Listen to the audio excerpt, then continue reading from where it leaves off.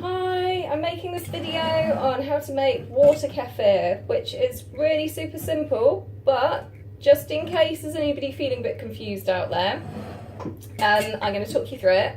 So what I've got is this pure air water filter, which also alkalizes the water as well as taking out chlorine and other nasties.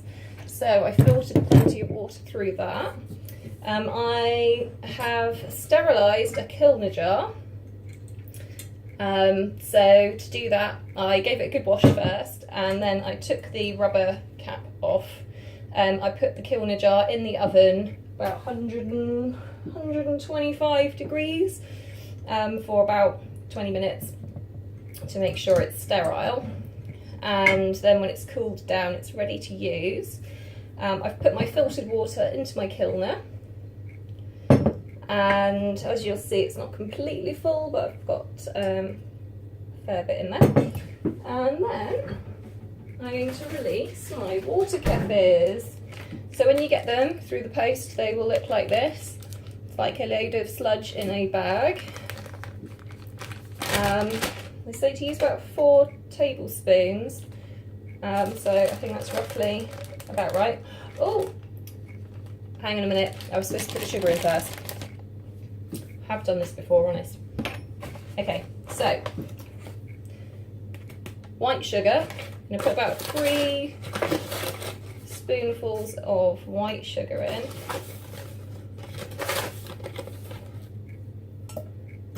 They're like me, they like their sugar. Yeah. Gonna give it a good stir. I'm using a chopstick just because I don't want to get confused and put a metal implement in there, especially in a minute when the kefirs are in there. Kefir does not like metal, and it can kill them if they come into contact with metal. So just as good practice, I'm using chopstick. Might give them another stir in a minute. Okay, so I put the white sugar in. I'm now going to put some dark, unrefined sugar in the form of this organic blackstrap molasses. So I'm going to put a good dollop of that in there as well. Yeah, look at that.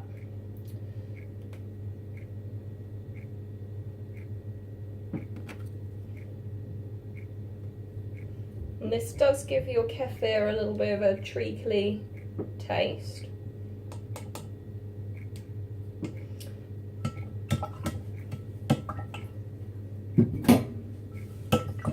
It's not probably going to melt down properly, but it will dissolve a little bit, so I'm just giving it a bit of a stir here. So you can see it's all kind of stuck to the bottom. Doesn't matter too much. Just stir it in as much as you can. And then, if you want to, you can put a little bit of fruit in it as well. I'm going to put a few of these raisins in. Just a small handful. And I might put slice of lemon in it as well, actually.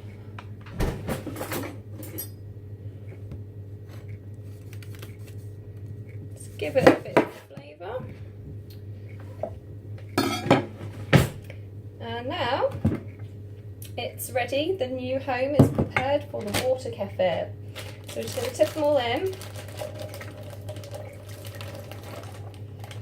And they're going to eat the sugar and make this into a sparkling beverage. It will like build up a bit of carbonation, a bit of gas.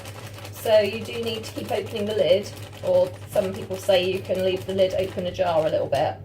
I like to leave the lid closed most of the time because it makes it more fizzy, and just keep opening it to make sure it doesn't get too much pressure in there.